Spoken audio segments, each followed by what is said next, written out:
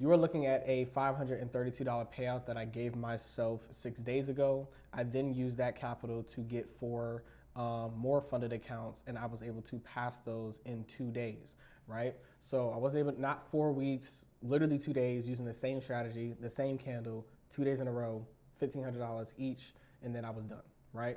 I'm gonna show you exactly how I did it.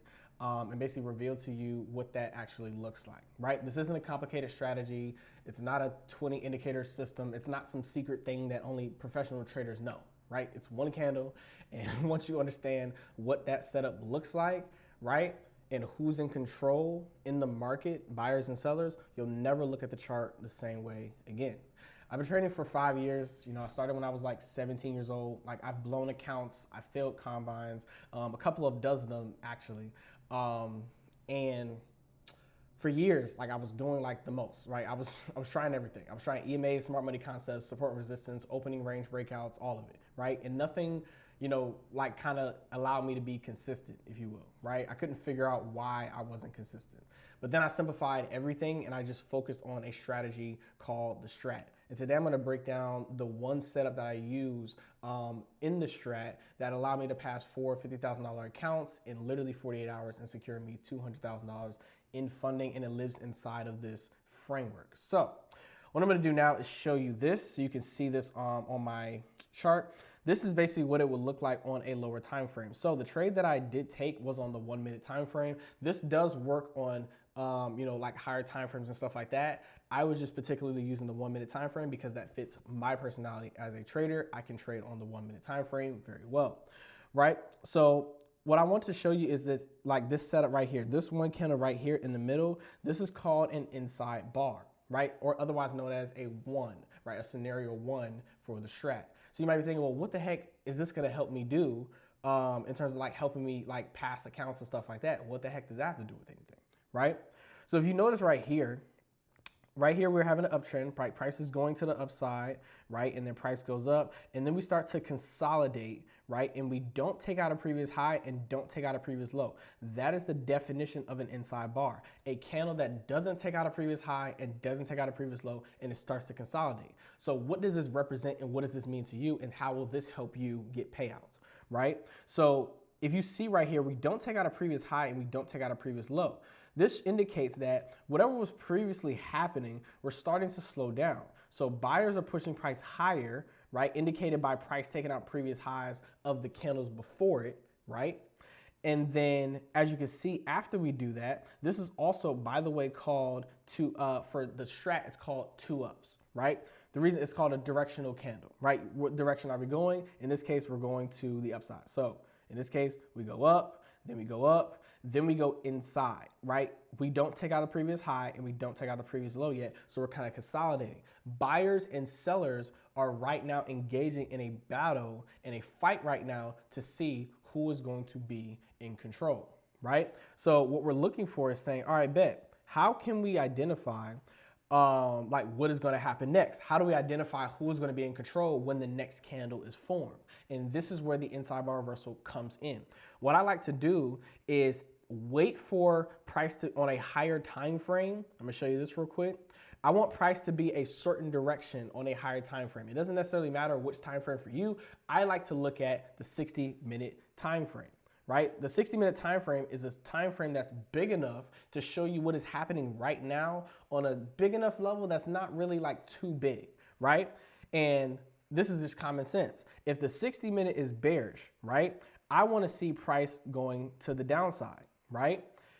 If price is going down, as you can see on the 60-minute, it goes down and then it creates a low. Buyers start stepping into the market, as you can see right here, start stepping into the market, they start pushing it back up. Then we start to have some consolidation and then we can't make a previous high.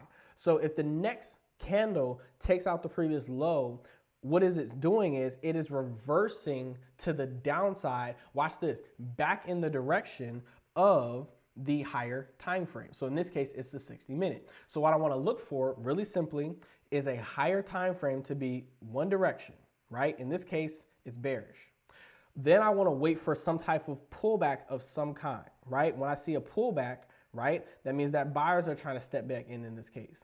Once I see consolidation and I see an inside bar, I'm looking for the low of that candle to be taken out. Once the low of that candle is taken out, boom, I strike, I enter my contracts, and I'm looking for a pretty quick move. My first target is gonna be the low of this previous candle, of the bar that we kind of went inside for. And then after that, I'm targeting the rest of the lows after that. For the, like when it comes to passing prop firms and getting payouts, I'm just looking for base hits and quick trades, just so I can get a certain amount of points and stuff like that and just knock it out and just get out of the trade.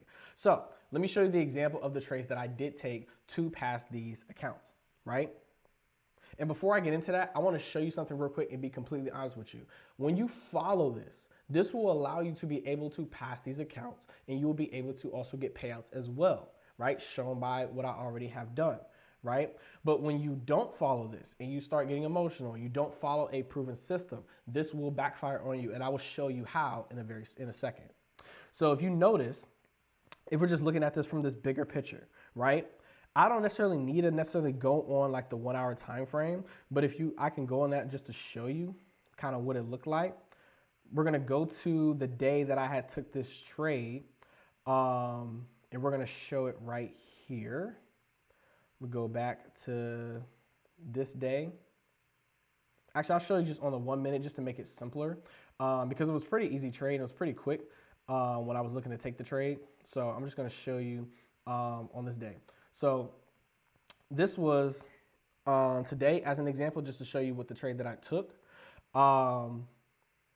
At this point, this was around the market open. So this is around 9:30, right? So the candle for the 1 hour time frame opened up at 9 a.m., right? And then it lasted until 10 a.m. So let me mark that out for you just to show you kind of where price pretty much was. So if we go to this candle, if we just draw it from here, maybe extend it up a little bit higher, and then we kind of just drag it all the way out, you'll be able to, and I'll drag it out till about 10 a.m. This was pretty much how that candle pretty much lasted, right, for that hour. So I'm gonna shrink it a little bit just to make it a little bit skinnier.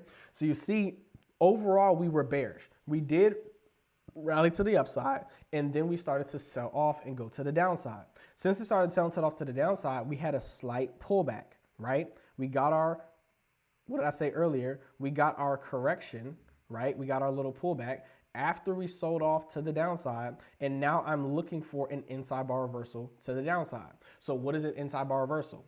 Price pushing higher, in this case, pushing higher, consolidating, and then breaking to the downside. So the trade that I took was right here. We pushed up on this candle, so that is a 2 up. Then we had an inside bar. How do I know that is an inside bar? I don't even need this indicator up, right? So I'll turn that off just so you can see it, right? What we do, if I mark out this high and this low, right? You see we're consolidating inside of this range. We don't take out the previous high and we don't take out this previous low. So now that we don't take out the previous high and previous low, that means that we are creating an inside bar. So whoever was previously buying on this previous candle, they are now going to be underwater if price starts to reverse to the downside. Everybody that's already trying to buy here, they already got cooked on this trade.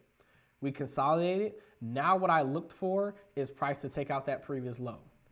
Price took out that previous low. I put my stop loss at the high of the inside bar, right? And then I was waiting for price to just make like a very short move. I took this trade to the downside, roughly targeting right here for about 25 points. I was looking for about 25 points just to get me, you know what I'm saying, just to get me some room and stuff like that on my account. This is about a 1-to-1 risk to reward trade. Again, this was a very short trade. I already had a bias in terms of where everything was going because we were already going to the downside on the higher time frame. So I just had to look for my setup based on the strat, an inside bar, a 2 up, followed by inside bar, followed by a 2 down. I want price to reverse to the downside after previously consolidating, right? And that's what I did, and that was able how to pass it. However, I want to be completely honest with you guys and just be very transparent, right? Today, I also, after I took this trade, I was up a decent amount of money. But I'm going to be completely transparent with y'all. I wanted to make a little bit more in this trade, and I got a little bit greedy.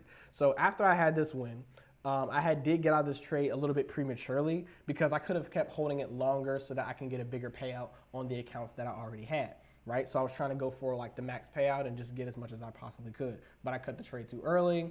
because I was trying to be disciplined, but I tried to come back for more.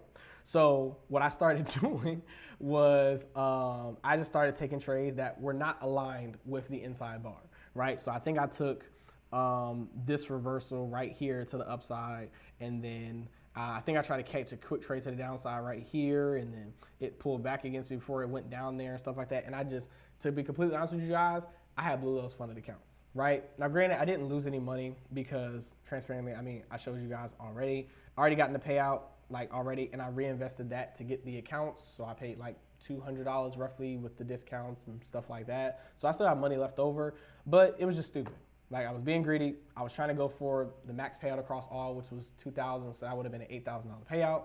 I was being greedy, honestly. I'm gonna be completely transparent with you guys, but I also wanted to show you that just to show you literally, I did what I was supposed to do, and I made money when I followed this. When I took the strat and I traded my strategy, I was good.